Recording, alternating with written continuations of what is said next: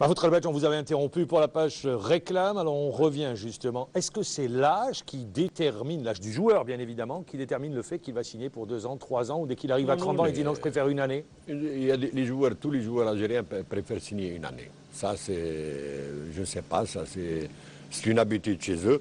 Bon, maintenant, l'année dernière, vous vous rappelez, on a imposé au club, aux joueurs de signer 2 ans. Cette année, ils sont en fin de contrat. Mais n'importe quel joueur, maintenant, tu vas t'approcher d'un joueur. Ce qui veut dire que sur le marché, à la fin de la saison, ça va énormément bouger. Ça va énormément bouger. On a vu des clubs recruter 11 joueurs. Le CS Constantine, c'est 11 joueurs arrivés à l'intersaison. Oui, moi j'étais président du club.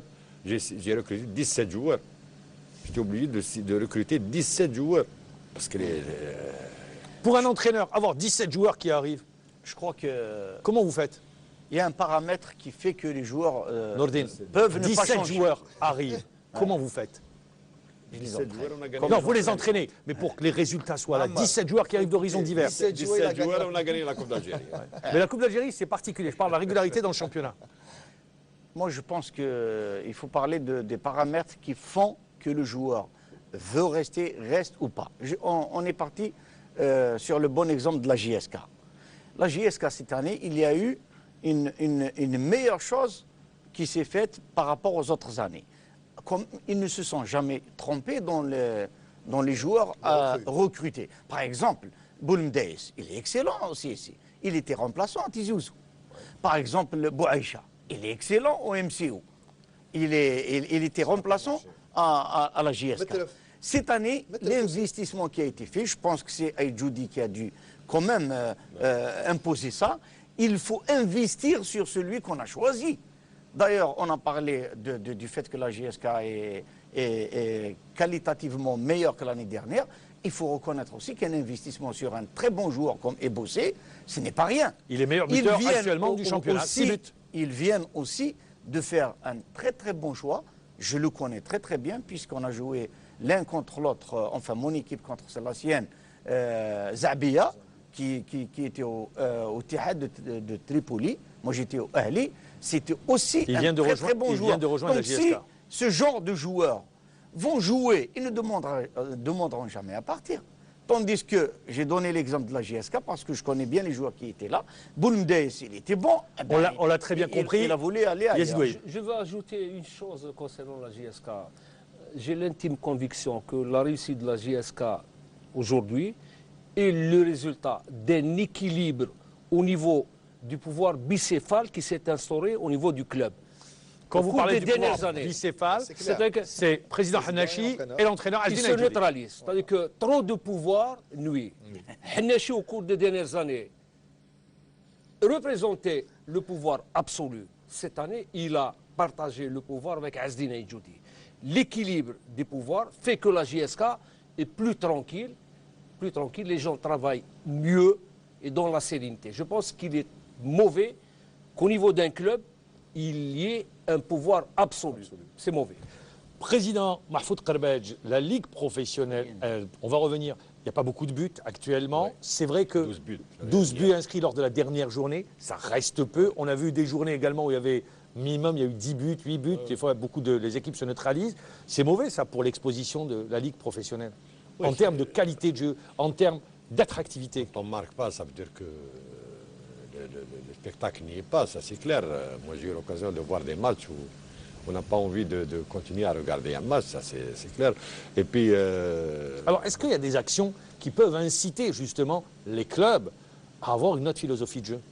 Est-ce qu'on y réfléchit? Est-ce que vous avez une commission technique au niveau de la Ligue professionnelle? Il y a une commission technique qui réfléchit, mais est-ce que les conseils ou les recommandations vont être suivis par les clubs? Quand je dis mesures incitatives, par exemple sur le plan financier, je ne sais pas, la meilleure attaque du championnat, des primes, des... meilleure attaque, les meilleurs... Oui. Pour les, alors est-ce que vous le faites ou pas? Les buteurs, oui, ça existe, pour les meilleurs buteurs, pour essayer d'aller chez... Mais nous, même localement, pour le football national, moi j'aurais aimé que les meilleurs buteurs soient du cru, au lieu d'avoir un meilleur buteur étranger. Ça, pour le moment, c'est Ebossé, qui nous vient du Cameroun. En parlant de football offensif, de football spectacle, le meilleur football, le plus rentable, le football qui se vend le mieux sur la planète, c'est le football anglais. Tout à fait. les spécialistes qui ont mené des enquêtes disent que le football anglais se vend le mieux parce qu'il est très attractif. Il y a une étude qui a été faite il y a 2 ans dans un match du championnat anglais. Et c'est pas la meilleure moyenne de but, parce que c'est le championnat d'Allemagne. La moyenne de but était de 3,4. Elle a baissé cette saison. Je parle d'un truc, d'une enquête qui a été menée il y a 2 ans pour expliquer pourquoi il y a un engouement des annonceurs au profit du football anglais. C'est pour ça que je posais la question Parce au président que le football anglais est très attractif au niveau de l'aspect offensif. Il y a 2 ans, le football anglais, un match de football anglais, c'était 3,4 buts de moyenne par match. Cette attractivité attire les partenaires et les sponsors. La meilleure attaque du championnat, eh bien, c'est 15 buts depuis l'entame de la saison. Ça reste faible. Il y a aussi d'autres paramètres. Les terrains aussi, c'est très important. Il y a des terrains qui sont devenus impraticables, pratiquement impraticables. Moi, j'ai suivi la rencontre MCO-USMA. Croyez-moi, le ballon n'arrêtait pas de sauter, c'est pas possible. Ça ne favorise pas le beau football, c'est pas possible. Nordin Saadi, le technicien que vous êtes, qu'est-ce que vous dites? Oui, mais moi, si tu me prends sur un autre terrain, je dis ce que je disais depuis que j'étais entraîneur national junior. Pour moi, l'un des handicaps du développement du football algérien, c'est le tartan. Qu'il soit de 0, pour vous, de la qualité, parce que non, il y a des terrains qui ont été massacrés pour moi. Parce que non, mais au-delà du terrain, la qualité.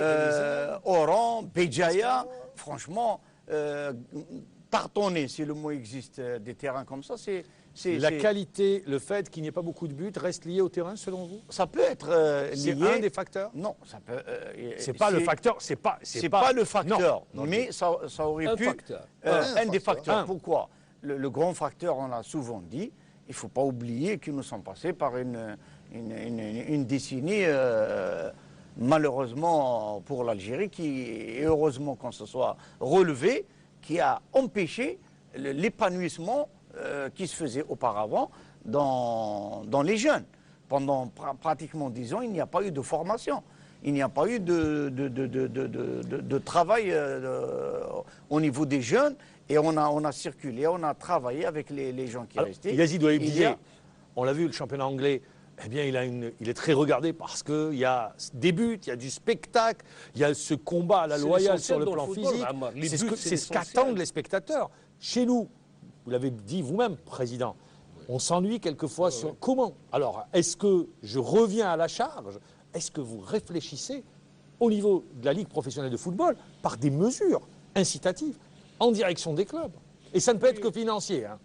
On peut penser à... Mais comme a dit Nordin, il y a aussi le travail il ne faut pas se cacher, il ne faut pas se cacher la face.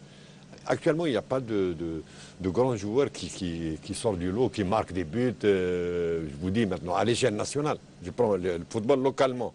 Il n'y a pas un chasseur de buts, comme on dit, qui marque, on n'arrive pas à trouver un grand arrière droit, on n'arrive pas à trouver il est parti. Non, mais bon, vous me dites Boulmdaïs, il a fait, actuellement, c'est le meilleur buteur, l'un des meilleurs buteurs parmi les... Deuxième au classement des buteurs avec 5 buts. Mais une Hirondelle ne fait pas le printemps. Pourquoi il y a ce maigre bilan au niveau de l'équipe senior? Parce que c'est le produit final, on ne parle que des seniors. C'est la vitrine. Tant qu'on maintiendra le cap dans cette stratégie, on n'aura jamais de grands joueurs, sauf par miracle. Il faut inverser la tendance et la pyramide. Aujourd'hui, il y a 4-5 clubs pour un terrain de football. Il faut inverser. Si on veut produire du talent, bien sûr, il faut du travail et des moyens. Le premier moyen, c'est de mettre à disposition des clubs l'outil de travail. Il faut doter les clubs. Un club doit bénéficier au moins de 4 à 5 terrains et non plus un terrain pour 5 clubs. Il faut inverser la tendance et travailler sur le long terme. Et au bout, on aura des joueurs. Mais si on persiste, comme on le fait actuellement depuis une trentaine d'années, on n'aura plus de joueurs. C'est vous à l'échec. En parlant de mesures incitatives, il y a des récompenses qui sont décernées par certains de nos confrères, mais ça n'a pas changé grand-chose aussi. Hein. Il y a le soulier d'or, mais il y a une mesure aussi qui freine l'épanouissement de vrais talents, parce que pratiquement c'est un sport de masse. Écoutez, il y a une petite commune, elle peut avoir 4 à 5, 6 équipes. Ça aussi, c'est pas normal. la fédération, la Ligue ne pourront jamais répondre, à mon avis, aux besoins. C'est ça le problème. Je pense qu'il faut limiter. Au lieu d'avoir 5 équipes par commune pour un terrain, il faut avoir 5 terrains pour une équipe par commune. Et c'est là ça dépend des pouvoirs publics. Il faut doter chaque club de 3, 4, 5 terrains. Il faut inverser. Il y a si vous avez suivi, là, il y a 2 jours, mise au point de la part de la PC de Belouizdad, quand on a dit que le terrain du 20 août devient impraticable. Parce que, Et puis au niveau de la Ligue professionnelle, on a dit que si ça continue comme ça, on a 2 clubs professionnels qui jouent dans ce terrain, il ne faut plus les autoriser à jouer sur ce terrain. Alors ils répondent, il y a 16 clubs ou 16 associations qui s'entraînent sur le stade. Sur un terrain. Sur un terrain du 20 août. Pourquoi pas 16 terrains pour un club? Vous avez donné l'exemple qui montre bien, qui donne une photographie à travers une commune, celle de Belouizdad. On va rester sur le championnat de Ligue 1. On n'en a pas beaucoup parlé, c'est l'arbitrage. On l'a vu, pas lors de la 11e journée, mais lors de la 10e journée, l'arbitrage a été fortement critiqué. Des pénaltys non sifflés, des erreurs d'appréciation. Est-ce que pour vous, il y a beaucoup de pression sur les arbitres? Bon, la pression Président sur les arbitres, il y en a parce que... La commission centrale d'arbitrage ne dépend pas de la Ligue professionnelle, on le rappelle. Il y a une commission centrale d'arbitrage qui dépend qui est indépendante, mais la pression existe. À l'image que quand on voit nos arbitres internationaux qui arbitrent à l'extérieur, ils font des matchs exemplaires, si on peut dire. Mais quand ils sont au championnat national... Pourquoi? C'est l'environnement, c'est le comportement des joueurs. Il y a le comportement des joueurs, il y a l'environnement, et puis il y a aussi l'erreur. Il ne faut pas se cacher la face. Nos arbitres commettent des erreurs, comme nous tous. Mais il y a des erreurs qui ont de l'influence sur le résultat. Ça fait mal. Il y a d'autres qui n'ont pas d'influence. Mais vous dites, vous, non? Les choses se passent le plus normalement actuellement.